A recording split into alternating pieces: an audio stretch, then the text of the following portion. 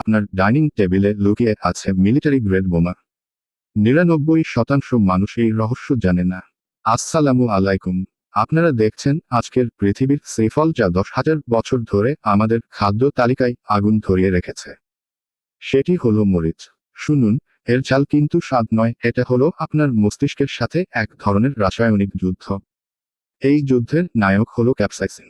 এই ক্যাপসাইসিনই হলো সেই রাসায়নিক যা টিয়ার গ্যাস এবং পেপার স্প্রেতেও ব্যবহার করা হয়। অর্থাৎ আপনি প্রতিদিন মিলিটারি গ্রেড ঝাল খাচ্ছেন। আমাদের নাগা মরিচ বা ভূত জলকিয়ার ঝাল হলো 1 মিলিয়ন স্কোভিল হিট ইউনিট, যা ট্যাবাস্কো সসের চেয়ে প্রায় 400 গুণ বেশি ঝাল। আমরা শুধু কাঁচা, শুকনা আর লাল রঙের মরিচ চিনি, কিন্তু পৃথিবীতে মরিচের কম করেও 50,000-এরও বেশি ভ্যারাইটি আছে। আমাদের বাংলাদেশের পরিচিত প্রকারগুলোও কম শক্তিশালী নয়। যেমন ধনী মরিচ বা বোম্বাই মরিচ, এগুলো শুধুমাত্র ঝাল নয়, স্বাদেরও এক চূড়ান্ত নাম। এই বিভিন্নতা তৈরি হয় জলবায়ু এবং মাটিতে থাকা ফসফরাসের মাত্রার ওপর। আর মরিচের আরেকটা গোপন তথ্য হলো আমরা যেটাকে সবজি ভাবি, বোটানিক্যালি এটি ফল নাকি বোমা।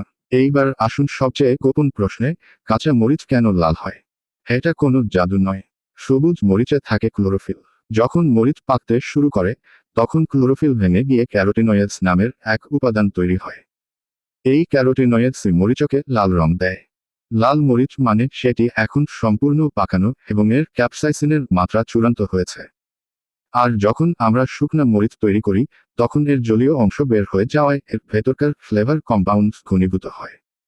তাই শুকনো মরিচের গন্ধ কাঁচা মরিচের চেয়ে অনেক তীব্র। মরিচের ইতিহাস কিন্তু খুবই প্রাচীন। প্রায় 10,000 বছর আগে এটি দক্ষিণ আমেরিকায় প্রথম চাষ করা হয়েছিল। এটি সম্ভবত পৃথিবীর সবচেয়ে পুরাতন মশলা।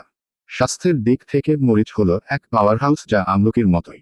একটি মাঝারি আকারের মরিচে কমলার চেয়েও বেশি পরিমাণে ভিটামিন সি থাকতে পারে। ক্যাপসাইসিন আপনার শরীরের তাপমাত্রা বাড়িয়ে আপনার হজম প্রক্রিয়াকে দ্রুত করে। মরিচ তৈরি হয়েছিল বীজ রক্ষার জন্য, কিন্তু মানুষের স্বাদকে এমনভাবে আপন করে নিয়েছে যে আজ এটি ছাড়া আমাদের রান্নাঘর অচল। এইটাই হলো প্রকৃতির সবচেয়ে বড় রসায়ন।